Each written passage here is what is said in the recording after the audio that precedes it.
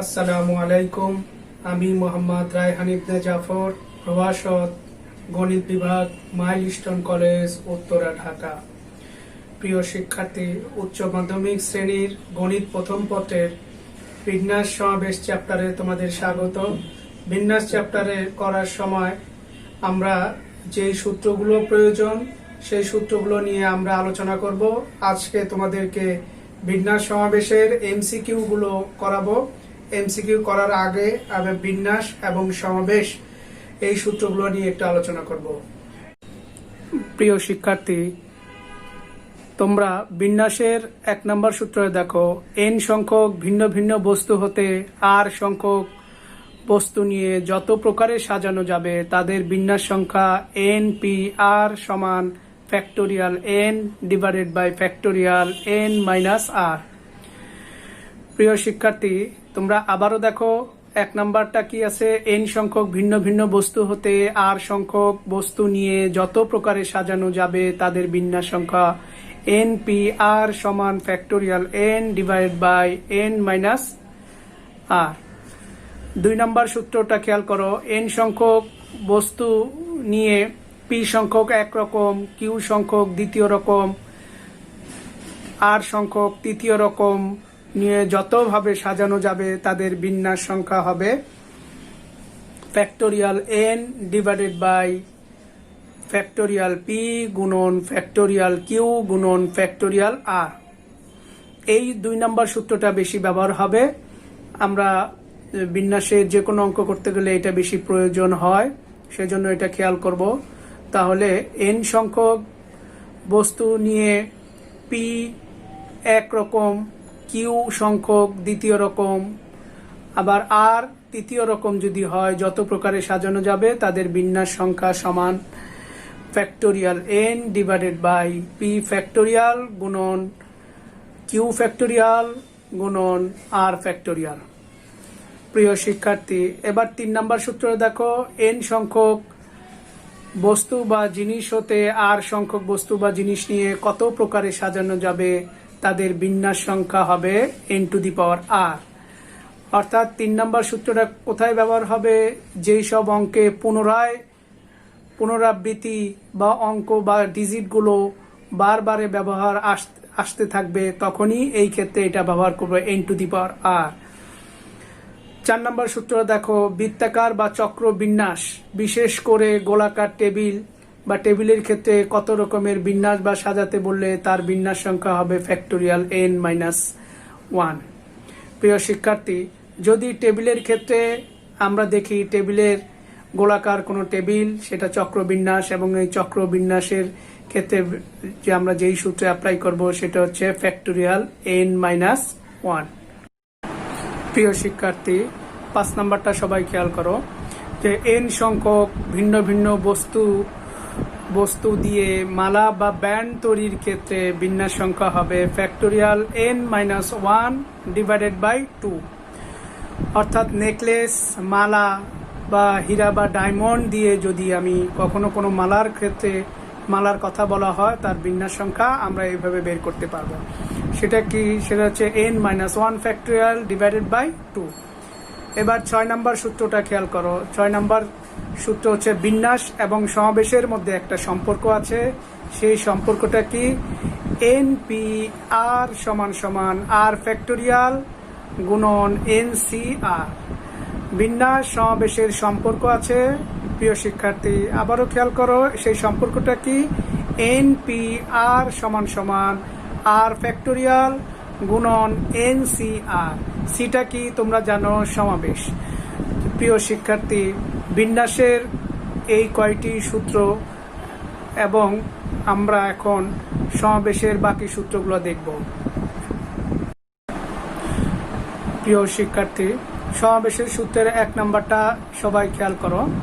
1 নাম্বারটা বলছে, n সংখ্যক ভিন্ন ভিন্ন বস্তু হতে r সংখ্যক বস্তু নিয়ে সমাবেশ বা বাছাই সংখ্যা n c r সমান সমান n factorial divided by r factorial into factorial n minus r।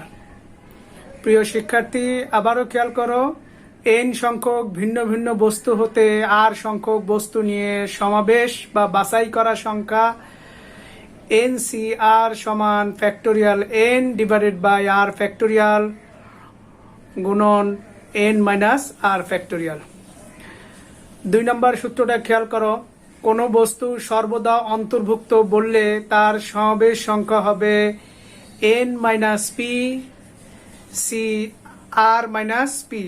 এই পিটা কি সর্বদা অন্তর্ভুক্ত কোনো বস্তু, সেই জন্য পিটা মোট থেকে এবং আর সংখ্যক যে উপায় বা আর সংখ্যক যে বস্তু নিব তার থেকে বিয়োগ দিতে হয়। 3 নম্বর সূত্রটা খেয়াল করো, সর্বদা কোনো কিছু বর্জন হলে তার সমাবেশ সংখ্যা হবে n মাইনাস পি সি আর। পিটা কি, পি হচ্ছে সর্বদা বর্জন সংখ্যা। 3 নম্বরটা তাহলে কি, সর্বদা কোনো কিছু বর্জন হলে এই ধরনের যদি কোনো প্রশ্ন থাকে তার সমাবেশ বা বাছাই সংখ্যা হবে n মাইনাস পি সি আর। 4 নম্বর সূত্রটা খেয়াল করো, বর্জন বা গ্রহণ বললে কোনো কিছুতে বিশেষ করে নিমন্ত্রণের ক্ষেত্রে তাহলে তার সমাবেশ সংখ্যা হবে to the power n minus 1। আবারও খেয়াল করো, বর্জন বা গ্রহণ হলে তার সমাবেশ সংখ্যা হবে to the power n minus 1। প্রিয় শিক্ষার্থী, এবার 5 নম্বরটা খেয়াল করো, সমাবেশের NCX সমান সমান সমান NCY যদি হয় তাহলে এই ক্ষেত্রে আমরা বলতে পারবো যে 2 মান সমান অর্থাৎ x plus y equal to n হবে, অথবা বলতে পারবো x ইকুয়াল টু y। এটা আমরা যখন MCQ করব তখন এটা সহজেই অ্যাপ্লাই করতে পারবো। তারপরে 6 নম্বরটা খেয়াল করো, 6 নম্বরটা একটা সূত্রের প্রমাণ তোমাদের বইতে আছে, এটাও ব্যবহার হবে। NCR প্লাস NCR মাইনাস 1 যদি দুটো এরকম হয় আমি একেবারেই লিখতে পারি n প্লাস 1 CR। 7 নম্বর সূত্রটা খেয়াল করো, সম্পূরক সমাবেশের ক্ষেত্রে NCR সমান সমান NCN মাইনাস R।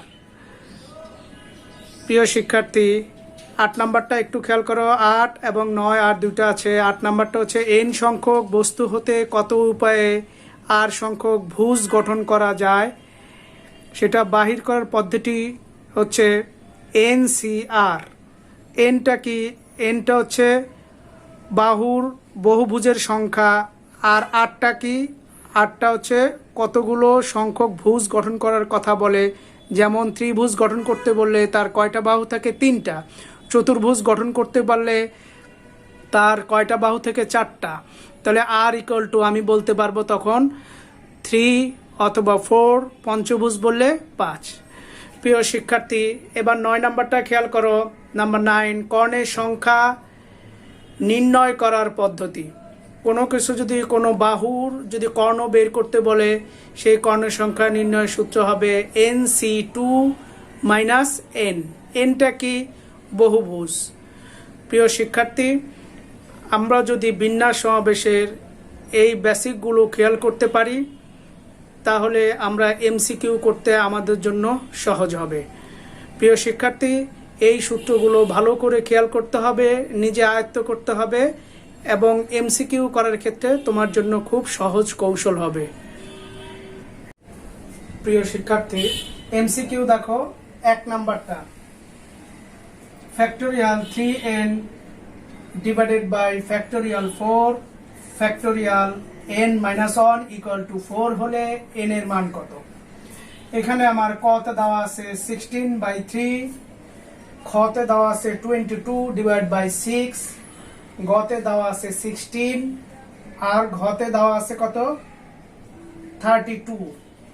এই প্যাকটা আমরা কিভাবে করব, আমরা জানো সবাই যে ফ্যাক্টোরিয়াল n কে ভাঙানো যায় হচ্ছে n into factorial n minus 1, আবার ফ্যাক্টোরিয়াল 4 কে ভাঙানো যাবে 4 ইন্টু 3 ইন্টু 2 ইকুয়াল টু কত, 24।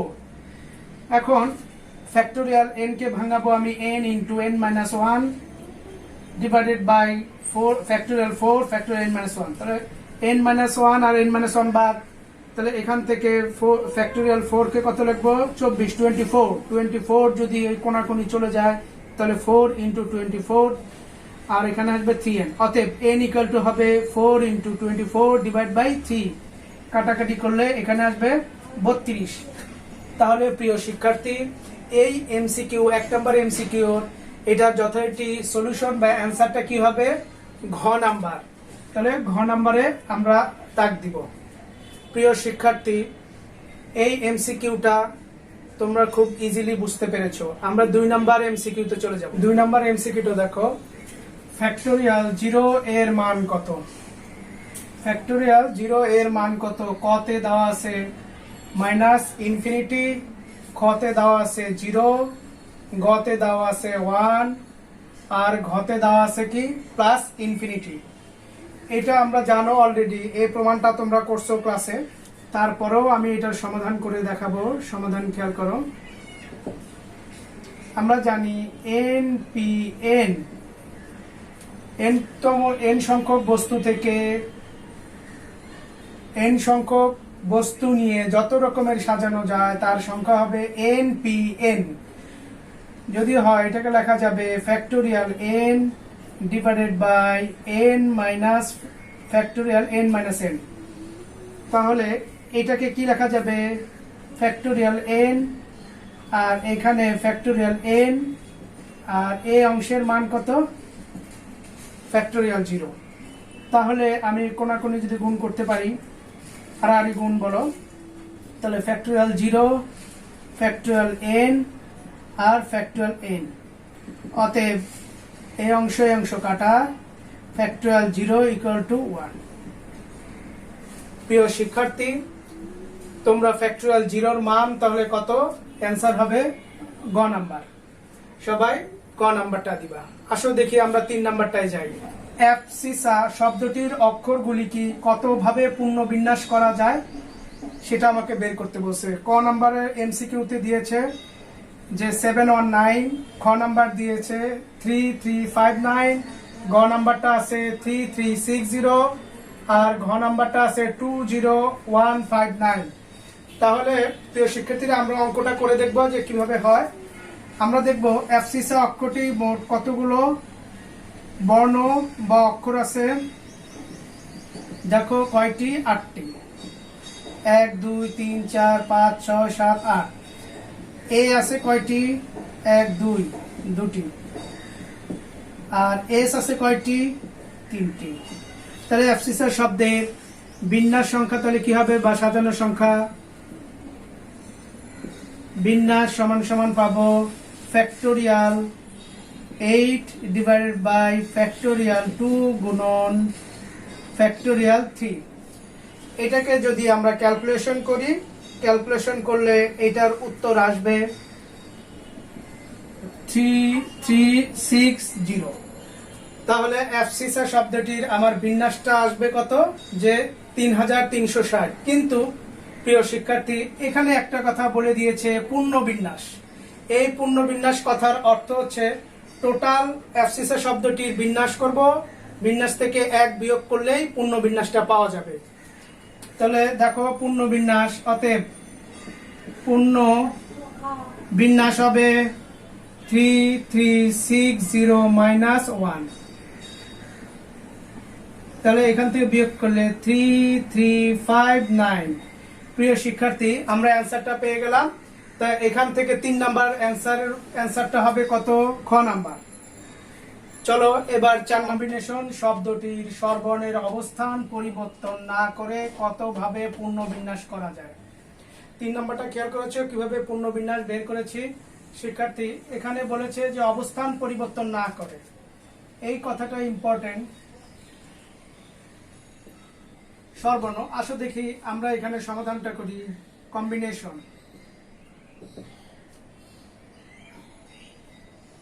Combination TION।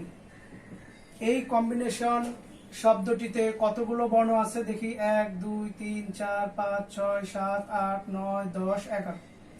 টোটাল 11টি বর্ণ আছে, যাদের মধ্যে স্বরবর্ণ কয়টি, স্বরবর্ণ সমান সমান স্বরবর্ণ হচ্ছে এ ই আই ও ইউ, এখানে গেছে ও আই এ আই ও, 1 2 3 4 5, 5টি।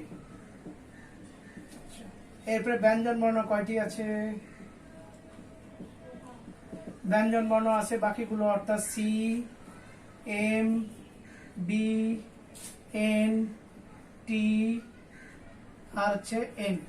তাহলে এখানে আছে 1 2 3 4 5 6, তাহলে 6টি আমার ব্যঞ্জন বর্ণ আছে এখানে।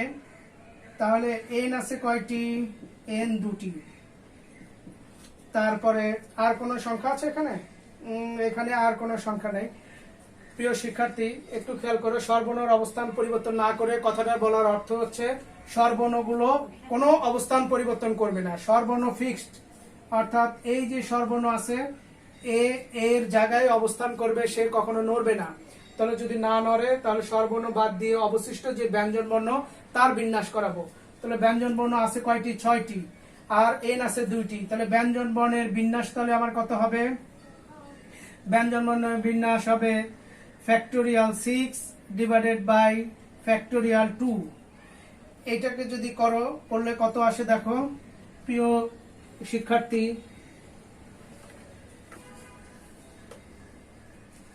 এটাকে করলে আসবে 360। এটাকে যদি ক্যালকুলেটরে তোমরা অলরেডি পারো, এটাকে যদি করো তাহলে আসবে 360। কিন্তু প্রিয় শিক্ষার্থী, আমার উত্তর কিন্তু এখন হয়নি। কিন্তু আরেকটা কথা বলে দিয়েছে যে পূর্ণ বিন্যাস। পূর্ণ বিন্যাস বলতে আমরা তৃতীয় নাম্বার এমসিকিউটা করেছিলাম, তাহলে টোটাল যে বিন্যাস হবে তার থেকে 1 বিয়োগ দিলে পূর্ণ বিন্যাস পাওয়া যাবে। তাহলে আমার পূর্ণ বিন্যাস যদি বলে তাহলে সমান সমান 360 বিয়োগ 1 সমান সমান 359, এটা হবে অ্যান্সার। তাহলে 4 নাম্বার এমসিকিউর আমার উত্তরটা হবে কি? ঘ নাম্বার। প্রিয় শিক্ষার্থী, 4 নাম্বার এমসিকিউটা বুঝেছো। চলো আমরা 5 নাম্বারের দিকে যাই। অ্যালজেব্রা শব্দটির স্বরবর্ণগুলো একত্রে নিয়ে কতভাবে বিন্যাস করা যায় সেটা আমরা দেখব। তাহলে এর ক আছে, এমসিকিউতে দেওয়া আছে 2520, খ নাম্বার দেওয়া আছে 720, গ নাম্বার 360 আর ঘ নাম্বার দেওয়া আছে 120। তাহলে এটার আমরা এমসিকিউ করার জন্য সমাধান করে দেখি এটা কিভাবে করব। তাহলে অ্যালজেব্রা মোট কয়টি অক্ষর আছে? 1 2 3 4 5 6 7টি। স্বরবর্ণ আছে কয়টি? স্বরবর্ণ এ ই এ, তাহলে 3টি। বাকি বর্ণ অর্থাৎ ব্যঞ্জন বর্ণ বলতে পারো এল জি বি এ, টোটাল আছে 4টি। প্রিয় শিক্ষার্থী, এবার দেখো আমাকে বলছে স্বরবর্ণগুলো একত্রে নিয়ে। যখনই বলবো তখনই আমার স্বরবর্ণগুলো কি করতে হবে? একটা প্যাকেটের ভিতরে রাখতে হবে। স্বরবর্ণগুলো আমার অন্য বর্ণের সাথে মিশাবো না, এটাকে পুরো একটা বর্ণ মনে করতে হবে। এ ই এ, বাকি আমার আছে 4টি। তাহলে এখানে আছে পুরো স্বরবর্ণ একটা প্যাকেট করে একটি বর্ণ মনে করব, অবশিষ্ট বর্ণ আছে 4টি। তাহলে 1 + 4 সমান সমান কত? 5টি বর্ণ। 5টি বর্ণ হলে এর মধ্যে কোনো ডাবল আছে? ডাবল নেই। তাহলে তার বিন্যাসটা কত আমার? তাহলে বিন্যাস হবে ফ্যাক্টোরিয়াল 5। আচ্ছা, এরপর দেখো স্বরবর্ণগুলো যে রাখলাম, স্বরবর্ণ নিশ্চয়ই এ এখানে আসবে, আবার এখানে যাবে, আবার এ ওখানে যাবে, এদের মধ্যে নিজস্ব বিন্যাস। তাহলে স্বরবর্ণের বিন্যাস, এবার আসো স্বরবর্ণের বিন্যাস। স্বরবর্ণের বিন্যাস, তাহলে স্বরবর্ণ আছে কয়টি? 3টি, ফ্যাক্টোরিয়াল 3। আর এ আছে কয়টি? 2টি, ফ্যাক্টোরিয়াল 2। তাহলে 5 ফ্যাক্টোরিয়াল বের করলে কত আসবে দেখি আমরা।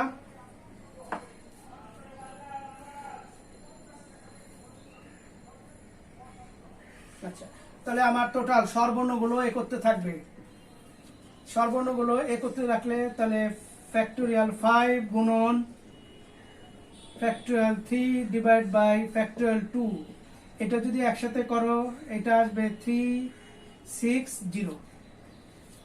প্রিয় শিক্ষার্থী, তোমরা ফ্যাক্টরিয়াল 5 গুণন ফ্যাক্টরিয়াল 3 ডিভাইড বাই ফ্যাক্টরিয়াল 2 যদি একসাথে গুণ করো তাহলে 360।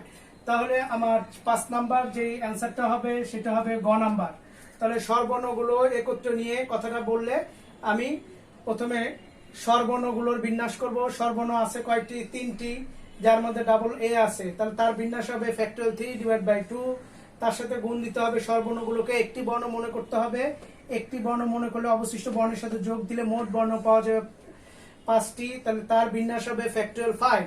তাহলে ফ্যাক্টরিয়াল 5 গুণন ফ্যাক্টরিয়াল 3 ফ্যাক্টরিয়াল 2 দুটা গুণন দিলে একসাথে পাওয়া যাবে কত? 360। 360 আমার হবে এটার অ্যান্সার।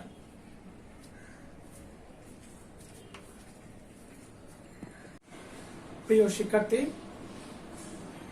তোমরা এক এক করে 5 পর্যন্ত এমসিকিউ আমি করে দিলাম এবং এর আগে বিন্যাস সমাবেশের যে বেসিক সূত্রগুলো আছে এগুলো আলোচনা করলাম। আমি আশা করি তোমরা এই চ্যাপ্টারের সূত্রগুলো এবং এমসিকিউ 5 পর্যন্ত খুব ভালো করে বুঝেছো। তাই তোমরা আগামী ক্লাসে বাকি অংশগুলো দেখবো। প্রিয় শিক্ষার্থী, তোমরা ভালো থাকো, সুস্থ থাকো। আগামী ক্লাসে তোমাদের সাথে আবার দেখা হবে। আল্লাহ হাফেজ।